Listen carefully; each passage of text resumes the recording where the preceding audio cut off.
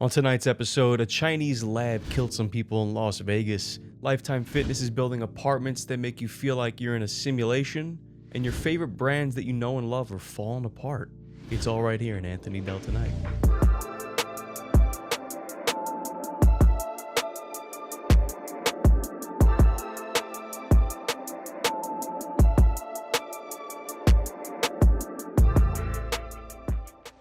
You heard me right, a Chinese lab. That means a lab run by a Chinaman. Are we allowed to say that? That's right, Chinese lab in Las Vegas exploded. No, I'm kidding. This is not a Breaking Bad episode, but it's close to it. We're in the desert. Chinese man who owns this piece of property that's also doubled as an Airbnb was raided and shut down because it was actually a illegal bio operation. Massive biohazard.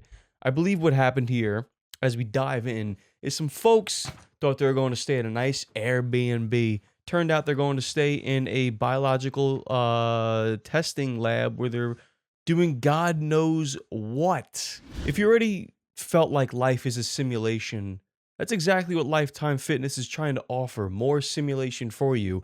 This is a place where you can live, work out, go to work out, sleep, work out, live, work out, work, live, work out, sleep, work, sleep, work, live out, work, live, Lifetime Fitness, and your major brands that you love like Nike, Gap, Saks Fifth.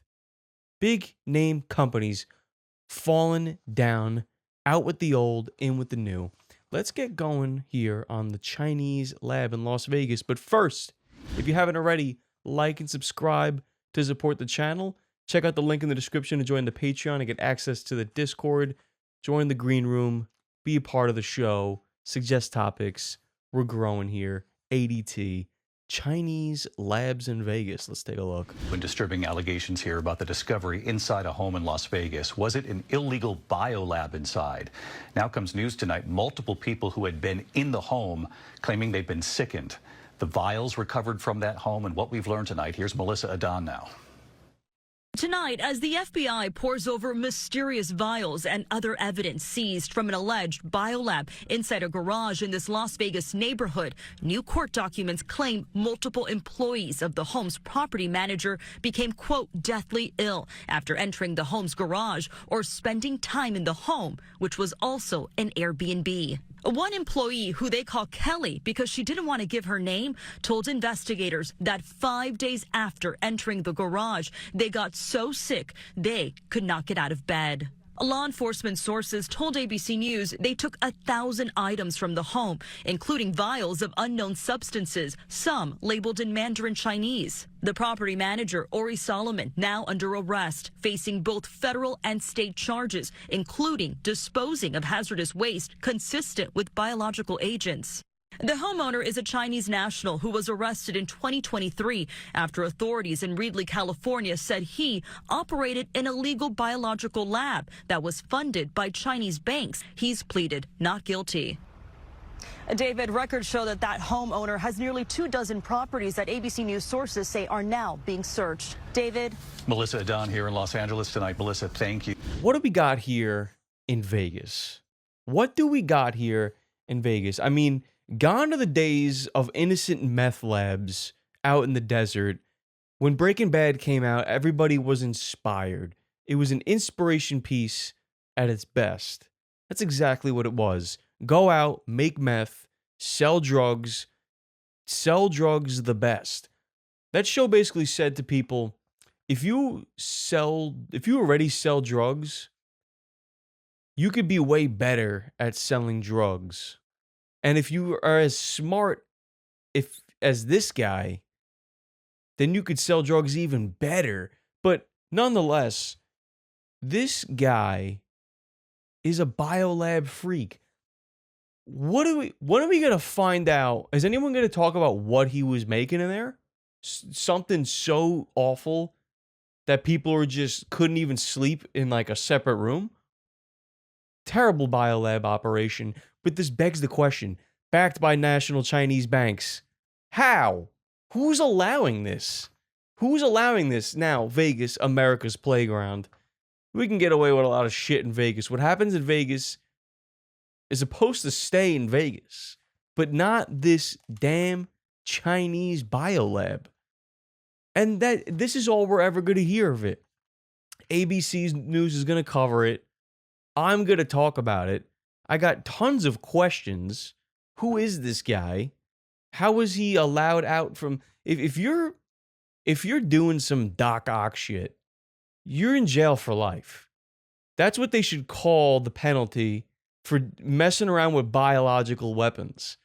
Because you have to assume that's what this guy was doing, right? There's no way he's just like trying to make new types of cologne or some shit and he's just like doing a bad job. No, he's doing some sus shit. He's doing some sus shit. He's dumping waste. Terrible fucking for the environment. What are we doing here?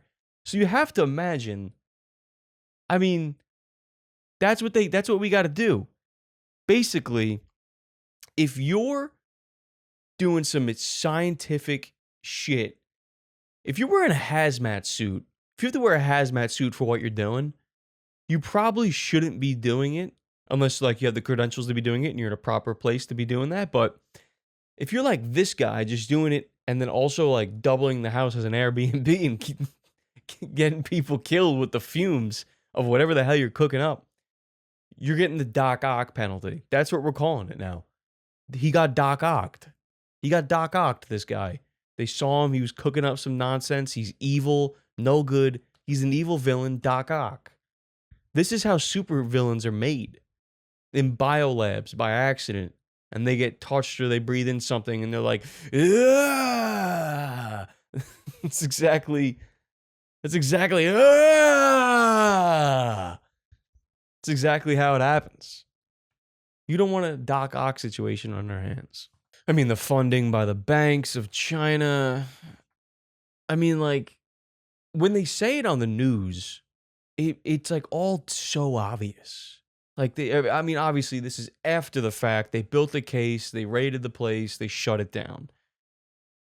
But it's like, how long did this really take? How long did this really take? Also, this is the issue with Airbnb. This is why everyone's going back to hotels.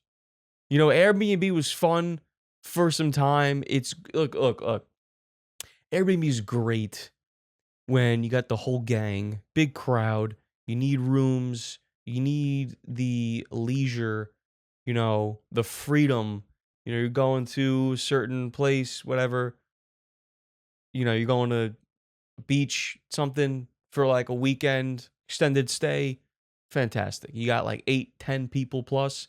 Get a mansion, get a huge house, have a great time, Airbnb it out. But even then, this is why people are doing hotels, because hotels you're accommodated to. You know what you're walking into. Hello, sir. How are you? May I take your bags, please? Thank you. Thank you. Fresh towels. Yes, yes, yes. Breakfast at this. Yes, yes. Thank you so much. Oh, thank you. Thank you. Yes, I'm paying. Yes, yes. You want me here. Thank you. Yes. Hospitality. Hospitality. Not someone's just random. Every time I go on Airbnb, it's like guest apartment. I'm like, no, I don't want to stay in the room next to you. I don't know you. Who does that? Who does this? Every time I go on fucking Airbnb, it's the same thing. Fucking Ricky's guest apartment, Ricky's guest house, Ricky's fucking bedroom, Ricky's spare room, this guy Ricky, you know? It's like Janet's converted closet into a fucking mattress room. Like, what are we doing? This was never supposed to be Airbnb. It should be full homes or like lavish apartments. Since when did we start doing guest homes and like the owners on the property with you? What? This is how these things happen. You check into an Airbnb, next thing you know, you can't you're in paralysis, but you're fucking this is how it happens. You check into an Airbnb, next thing you know, you're paralyzed. You wake up in the morning, fucking can't move. I can't move. And it smells like, I don't know what the hell that could smell like. Rotten eggs? What are we doing? This is a hot story. But I think the bigger thing to concentrate on is fuck this Chinese lab shit. Fuck the national banks of China. I could do the whole angle on that, right? But we're done with that.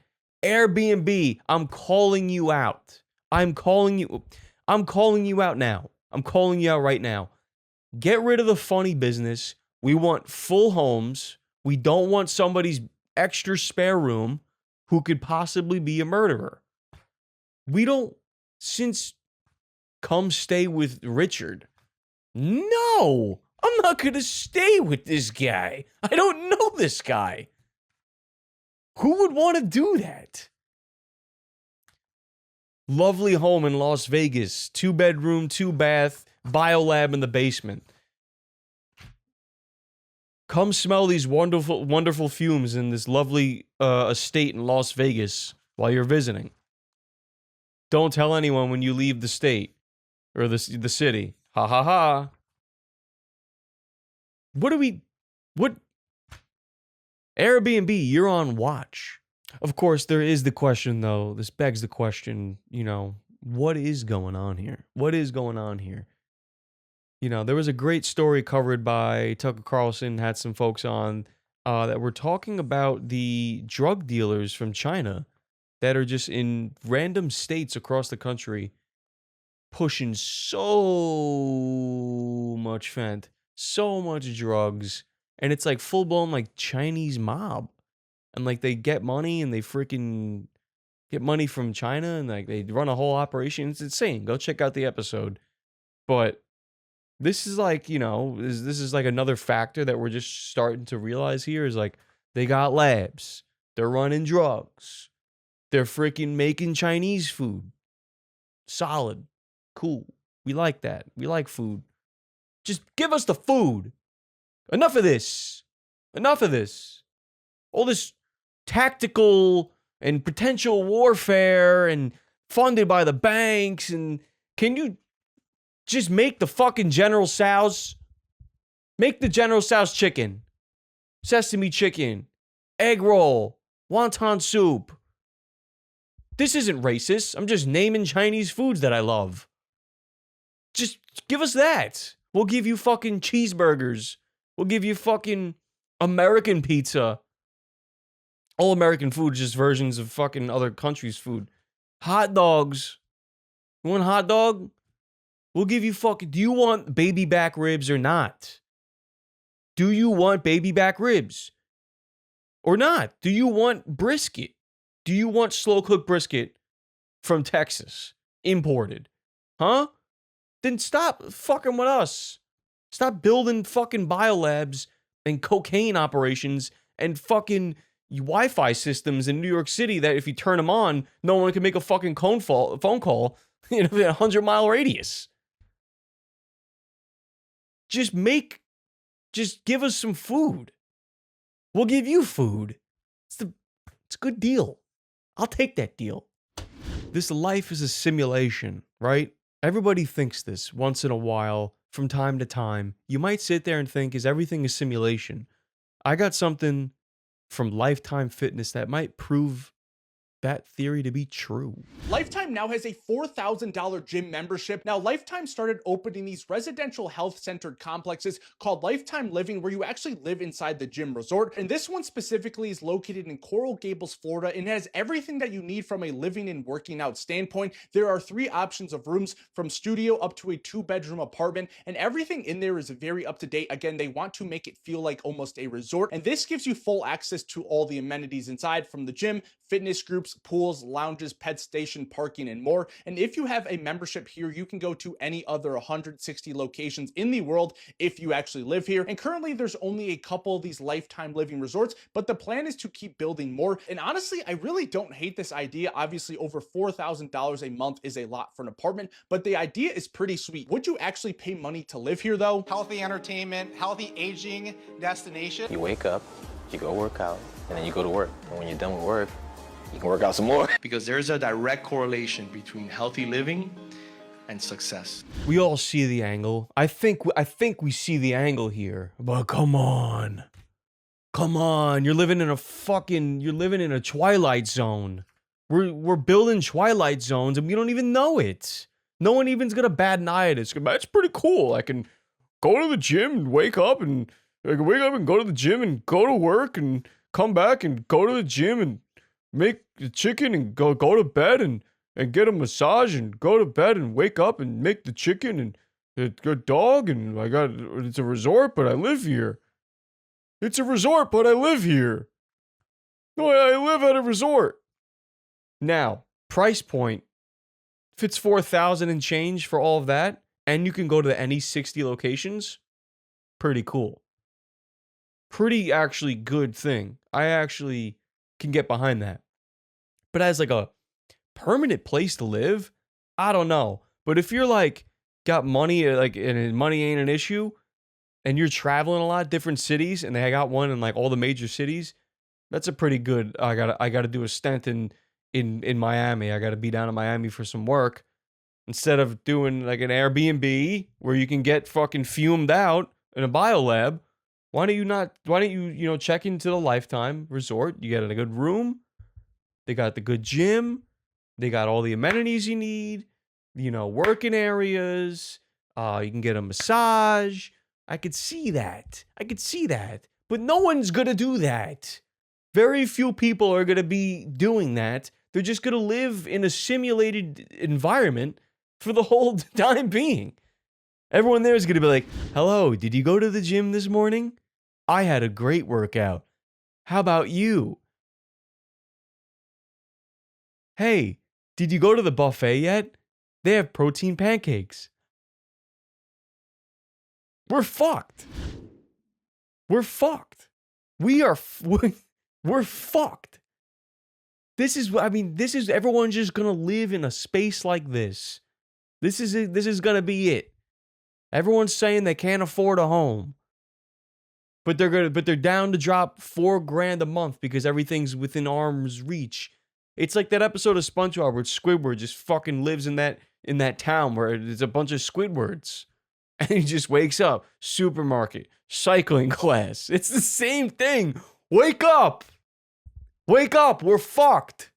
Hey, good morning. We're fucked. And this guy, what is this guy talking about? Healthy entertainment, healthy aging destination. You wake up. Healthy aging destination. What are you?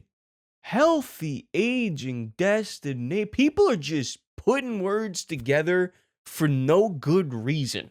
People are just healthy. I want to be healthy, age, and be somewhere. Healthy aging destination. Give me a fucking break. Give me a break. Give me a break. What do the comments think? For $4K a month, that's actually really cool. That's what I'm saying. Like, it's the deal is there. You're getting more than the gym. There's pools. There's probably daycares. Like, it's a whole operation. I get that. But it's like, it's just the principle. It's just, again, the perfect example is just the Squidward thing. It's just the mundane. It's just, you wake up and it's like this too perfect of an environment. You need a little ruggedness in the waters sometimes. You need a little zig and zag in your life. The walls of the halls match the walls of the gym. Match the walls of your room. You're living in a freaking Black Mirror episode where you fucking scan your retina to get into your home and the gym, and it's like, hello, welcome. And you work from home, so now you go to the office where the ceiling's the same as the floor in your thing, and oh, jeez. It's just too perfect. It's too ideal. If this comes with unlimited meals, then I'm sold. Yeah, eat the slop. Eat the slop. That you're just painting the picture more and more again for yourself. Wake up, 5:30. Splash some water in my face. Open up the blinds. It is sunny out. Nice. Go down to the gym. Get a workout in. Hydrate. Say what's up to John. Say what's up to Stacy. Get a massage by Karen. Thanks, Karen. Ground beef and rice for breakfast. Gotta stay sorted and get gains. Nice. Shout out Joey Sorts. He's the man.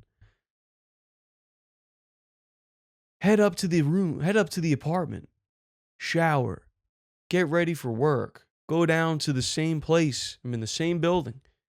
Still in the same building. Go down to the workstation. Work, work, work, work, work, work, work. Dinner, ground beef and rice. Gotta get gains. Work, work, work, work, work. I skipped lunch. Lunch. Ground beef and rice. Gotta get gains. Work, work, work, work, work. Dinner. Ground beef and rice. Gotta get gains. Work, work, work, work, work, work, work. Go up. Take another evening shower. Put on Netflix.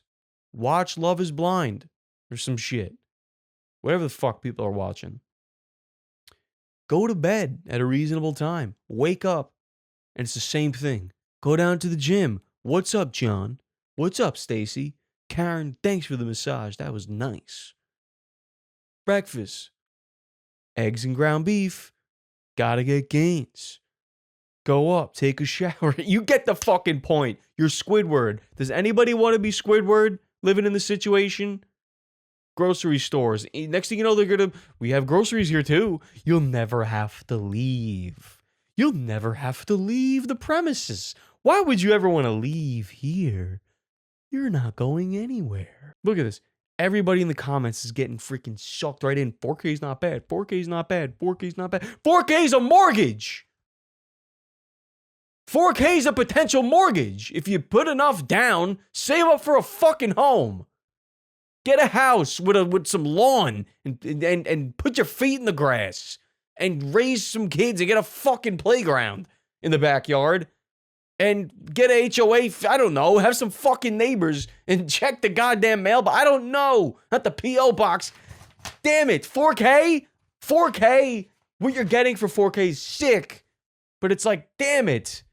Do you want to live in this perfect simulated environment day in and day out?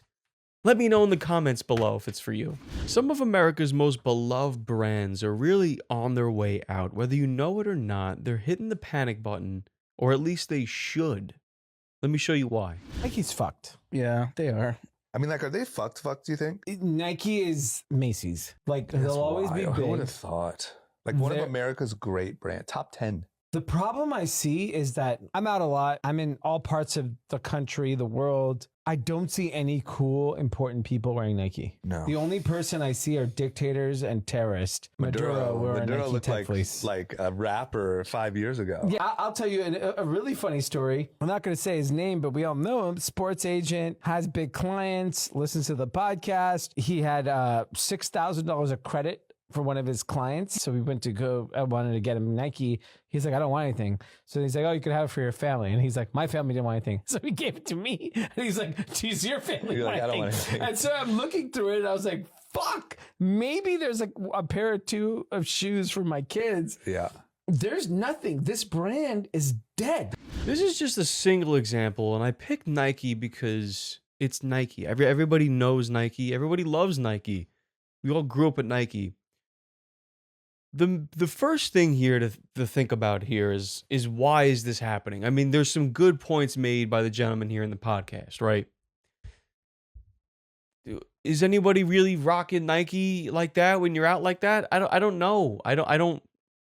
You know, am I going to take this guy's word for it? But I see what he means. I remember growing up, and I mean that's what everybody wanted. They wanted Nike this, Nike that, LeBrons, you know, Jordans, and all those things. It's kind of phasing out, and there's other fashion changes. There's other brands coming through, other casual wear brands. I see them pop up on my feed all the time. There's new people making new brands, and shit looks good. There's a lot of good looking stuff out there. Minimalism's in, of course, matching sets, all that nonsense. So Nike jumps on that. You see that on the Nike website. They have things like matching sets, and they kind of copycat. They really do copycat from a lot of other brands. That's a really big sign of desperation. Now, with that being said, this guy doesn't dictate what the hell's actually really going on. So we take it with a grain of salt here at the show, right? But here's a perfect comment. Perception isn't actually reality. Nike doesn't disappear because it isn't on the clothes. Perception isn't actual reality, right? Nike doesn't disappear because it isn't in the circles y'all are paying attention to. Nike is on foot everywhere, and way beyond some podcast conversation. It's a great freaking point. Nike's huge. When you think sports, like Nike comes to mind like pretty fast. You know what I mean? If like beyond like you say sports, okay, then you start thinking about the sports themselves. Then you might think about some individual athletes. And then like you think about the brands that these athletes wear on field. Nike's just become synonymous with every sport. Nike became synonymous. It's on the jerseys. It's on the cleats. It's everywhere. It's on the branding on the field. It's at the Olympics. It's here. It's there. It's Nike. So a legacy brand like them, I wouldn't say they're necessarily fucked, like this guy's saying. But I could see this is where the future is going. It's like if you're an older brand and you didn't do what Nike did, where they just became synonymous with the sports culture and they didn't just bank on like people loving their shoes and shit, you're going to be in a tough spot. You're going to be in a really tough spot. And then there's some other brands like Gap making some bold decisions. This is where it's all heading, everybody. Gap just hired former Paramount exec Pam Kaufman as their first ever chief entertainment officer, in which she will lead their push into entertainment. And there are going to be a lot more of these types of announcements very, very shortly. And that's because brands are making entertainment a top priority. They are not just marketing anymore. They're launching studios, they're building entertainment teams, and they're partnering directly with Hollywood. Not to advertise, to produce, to own their stories, their audiences, their cultural relevance, their emotional equity. This is not a trend, it is a structural shift. Because when a brand owns great IP, it doesn't just live on the side, it becomes the engine. One strong piece of entertainment can now power a lot of different things. Paid media, social, PR, partnerships, retail moments, commerce, community, experiences, live events, and it goes on and on and on. Everything ladders up. This is not content marketing. This is brand building through entertainment infrastructure, right? It's important. Infrastructure that compounds trust, creates fandom, drives cultural relevance, builds long-term assets, and unlocks entirely new revenue streams. The reality is, ads disappear and stories endure, and attention is, you rent it, and entertainment, you own it. And we're still early, but the direction is locked in. Movies, television, documentaries, events, experiences, culture-defining IP. This is no longer experimental. This is the next great operating system for brand growth and for the entertainment industry itself. Expect more and more to come. I love this take. I truly do love this take. It makes so much sense. It makes so much sense for where things need to go. You have Gap, a brand that's been around forever. Everybody knows Gap, great American brand. If they just stick to selling Gap clothes, they will burn and wither away. Now, what does entertainment have to do with this? It's everything. It's literally everything he just said. It's everything he just said. Imagine you're the owner of Gap. Not only are you still doing the whole clothing thing and you have your stores and you're selling clothes, everybody loves the Gap. Now, all of a sudden, you're running events, not brought to you by Gap, but hosted by Gap. Who put this together? The Gap Company. Who funded this movie? The Gap Company. Who made these commercials? Gap did. The Gap production team. It's a huge, it's clothing, it's media, it's entertainment, it's branding, it's social events, it's social media, it's networking, it's freaking live events, shows, you name it, they got their hands in it. Because that's what brands are capable of these days. This is a great piece of information if you strive to have your own show, your own business. This is truly where things are heading. You know, you start small, you start where you can, you do a show, or you have your whatever your vision is. You want to do a clothing brand, You got to start somewhere, but eventually you expand that operation. You blow it the hell up, and you get your hands involved in as many processes as you can. You have a team for everything. So they hire an executive, chief entertainment officer. It's genius. This is what brands are doing. If you don't pivot like this, you can end up like Saks Fifth. And this is Saks Global, the parent company behind luxury department stores Saks Fifth Avenue, Neiman Marcus, and Bergdorf Goodman. They are filing for Chapter 11 bankruptcy after running out of cash and struggling to pay the bills. Since this is Chapter 11, it means Saks will have the opportunity to reorganize, clear debts, and potentially find a buyer willing to take it on as a going concern. It is unclear this morning what happens next because there's a lot of work to be done. But keep in mind, this is not outright liquidation. Analysts believe we could see liquidation sales if Saks closes some of the 200 stores under the umbrella. For shoppers, what this means is deep discounts, especially on some of the smaller brands that Saks carries. That's less likely for the luxury brands like Dior and Gucci. Competitors like Nordstrom and Bloomingdale's have also been scooping up employees. And while there's still a lot of unknowns this morning, the best thing you can do is use those gift cards, make returns and exchanges, and guys, do it in store if that's possible. This is exactly what can happen. It's exactly what I mean. It's a company that never diversified. Do I sound stupid? Maybe. Do I know everything I'm talking about? Maybe. But when I see what Gap did, smart move. At the time, it seemed like a good idea, but Gap partnered with Kanye. Who remembers that? It gave them a ton of publicity. You give someone the creative keys. Didn't work out, but it kept them very relevant. If they never did, they would really, I mean, just his namesake and the prospect of that all working out was huge. But Saks, all they have is department stores. They're going to end up like JCPenney. They're going to end up like Macy's. No one cares about those department stores anymore because no one's going. No one's going. Even the idea of going for a discount on shit, it's like, I don't even wanna. I don't give a damn. So that's exactly what's going to happen. Hopefully Saks turns it around. I don't know. Makes a fucking movie. Who knows? It's all simulation anyway. That's the show. That's the way it goes. If you like this episode, like and subscribe to support the channel. Check out the link in the description to join the Patreon. Get access to the Discord. Be a part of the community. Diversify your life. Good night.